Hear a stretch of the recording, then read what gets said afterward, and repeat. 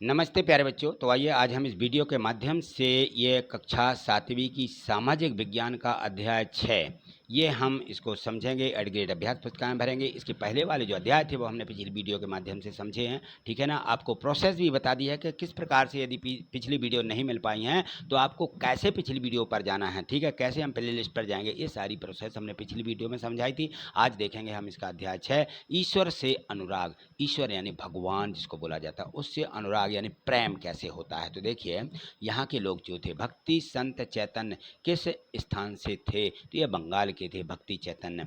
बाबा गुरु नानक देव ने मृत्यु से पूर्व अपना उत्तराधिकारी किसे चुना था? गुरु अंगद को। किसको? गुरु अंगद। सी में दिया गया है, ये गुरु अंगद को इन्होंने अपना उत्तराधिकारी चुन लिया था। प्रश्न क्रमांक 3 दिया है कि खालसा पंथ की स्थापना का श्रेय है किसको है? गुरु गोविंद सिंह को। ये ए में दिया गया है, गुरु गोविंद सिंह, ठीक।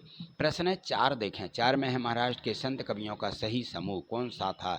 तो यहाँ पर हमें इसको लिखना है। तो जो महाराष्ट्र के संत कवि हैं उनका सही समूह था ज्ञानेश्वर एकनाथ। ज्ञानेश्वर एकनाथ ये जो है महाराष्ट्र के विशेष कवि माने जाते थे। प्रश्न क्रमांक 5 देखें, सिखों के कौन कौन से जो गुरु हैं इनने इस बात पर बल दिया कि उनके अनुयायी गृहस्थों और उत्पादक और उपयोगी पेशों से जुड़े रहें? तो यह गुरु गोविंद सिंह जो थे, गुरु गोविंद सिंह ने ऐसा कहा था और इस पर विशेष बल दिया गया था। चलिए अगला प्रश्न देखिए। यहाँ हमें खाली स्थान यानी रिक्त स्थानों की पूर्ति करना है। यहाँ देखिए लिखा गया है कि नाम घर स्थापित करने की पद्धति श्रीमंत शंकर देव ने चलाई थी, जो सूर तुलसी के बिल्कुल समकालीन थे। सभी जीवधारी अच्छे तथा बुरे कर्म करते हैं, इन पर जीवन मरण और पुनर्जीवन के अनंत चक्रों से गुजरना पड़ता है, ये बिल्कुल इन्होंने कहा था। चलिए आगे देखिए अगला प्रश्न है, इसमें दिया गया है खाली स्थान है सी नंबर का। यहाँ देखें सी में दिया है कि नए नार और अलवार घुमक्कड़ कौन थे? साधु संत थे। भक्त भले ही किसी भी जाति पाति का हो, वह सच्ची भक्ति से ईश्वर को प्राप्त कर सकता है, उससे वहाँ जाति पाति नहीं देखी जाती। वैष्णव जन तो तैने कहिए पीर पराई जाने रे, यह संत थे और ये नरसिंह मेहता ने इसकी रचना की थी। संत नरसिंह मेहता ने। भक्ति संत जयदेव ने संस्कृत में कौन सी रचना की जिसमें विशेष राग ताल का प्रयोग किया गया? तो देखिए संत जयदेव ने गीत गोविंद की रचना की जिसमें विशेष राग ताल का प्रयोग किया गया है। आगे देखें प्रश्न क्रमांक 8 दिया गया है, इसमें है कि संत कबीर की प्रमुख रचनाएं कहाँ संग्रहित व सुरक्षित हैं? उनकी रचना गुरु ग्रंथ साहब जो पंचवाणी है और बीजक है वहाँ पर संग्रहित की गई हैं। ऐसे 3 संतों के नाम लिखिए जिनका संबंध महाराष्ट्र से है। तो एकनाथ, तुकाराम, नामदेव, ये किसके हैं? ये महाराष्ट्र के विशेष संत हैं। यहाँ पे देखें संत कवियों द्वारा किन सामाजिक अंतरों का विरोध किया गया है? तो संत कवियों ने सभी प्रकार के कर्म कांडों, पवित्रता के ढोंगों और जन्म आधारित सामाजिक अंतरों का विरोध किया है। अगला प्रश्न देखें, यहाँ पर दिया गया है 11वां प्रश्न और इसमें दिया गया है कि मन तथा शरीर को कठोर प्रशिक्षण किन क्रियाओं के माध्यम से दे सकते हैं?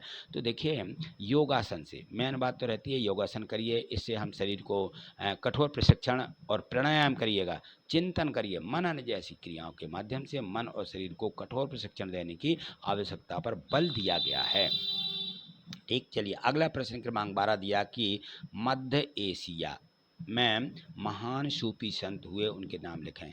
तो अजमेर के ख्वाजा मोइनुद्दीन चिश्ती, दिल्ली के कुतुबुद्दीन बख्तियार काकी, पंजाब के बाबा फरीद, दिल्ली के ख्वाजा निजामुद्दीन औलिया और गुलबर्ग के बंदानबाज सिसुद राज, ये थे यहाँ के प्रमुख नाम, ठीक। चलिए प्रश्न क्रमांक 13 दिया है, इसमें समझिए कि धर्मशाल या गुरुद्वारा किसे कहते? क्या होता है धर्मशाल? तो बाबा गुरु नानक ने उपासना और धार्मिक कार्यों के लिए जो जगह नियुक्त की थी उसे धर्मशाला कहा गया और आज इसे गुरुद्वारा कहते हैं, ठीक। अगला प्रश्न है, प्रश्न 14वां दिया है कि संत और सूफियों के विचार में भक्ति मार्ग की शुरुआत कब और कैसे हुई? तो संत और सूफियों के विचारों में बहुत अधिक समानता थी, यहाँ तक कि यह भी माना जाता था कि उन्होंने कई विचारों का आदान प्रदान किया और उन्हें अपनाया भी गया।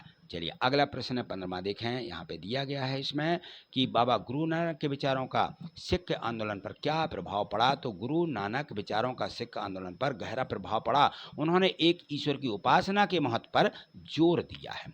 अगला प्रश्न 16वां देखें, इसमें दिया कि 13वीं सदी के बाद उत्तरी भारत में आए धार्मिक बदलाव की विशेषताएं लिखें। तो देखिए 13वीं सदी के बाद उत्तरी भारत में भक्ति आंदोलन की नई लहर आई थी। इस सदी में जब इस्लाम, ब्राह्मणवादी, हिंदू धर्म और सूफी संत जो थे, संता लिख लीजिए, संत मत या भक्ति की विभिन्न धाराओं ने एक नाथ यानी नाथ पंथों, सिद्धों तथा योगों से परस्पर एक दूसरे को प्रभावित किया था। आगे देखें, इसमें तीसरा इस प्रकार से लिख देना है कि सदी में कबीर और बाबा गुरु नानक जैसे कुछ संतों ने सभी आडंबरपूर्ण रूढ़िवादियों और धर्म को अस्वीकार कर दिया। जो रूढ़िवादी थे, रूढ़िवादी यानी पिछली बातों को मानना, ठीक है। तो इस प्रकार से आपने ये प्रश्न 1 से लेकर के 16 तक के सभी प्रश्न बहुत अच्छे तरीके से समझ लिए हैं। अब आप इनको एट ग्रेड बुक में लिख लें और एट ग्रेड में लिखने के बाद आप वीडियो को जब 2-3 बार इसको रिप्लाई करेंगे, है ना, फिर से देखेंगे तो निश्चित ही आपको सभी प्रश्न याद हो जाएंगे, कंठस्थ याद हो जाएंगे, ठीक है।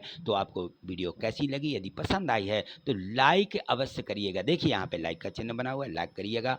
और यदि चैनल पर नए हैं, पहली बार चैनल देख रहे हैं, तो चैनल को सब्सक्राइब करके रखिए। देखिए ये सब्सक्राइब का चिन्ह रहता है, यहाँ पर मैंने इसकी प्रोसेस पिछली वीडियो में बताई थी, ठीक है। और नहीं समझ में आती तो कमेंट्स करिएगा, मैं उसमें आपको और अच्छे तरीके से बता दूंगा, ठीक है। आज इतना ही, मिलते हैं अगली वीडियो में। थैंक यू, धन्यवाद।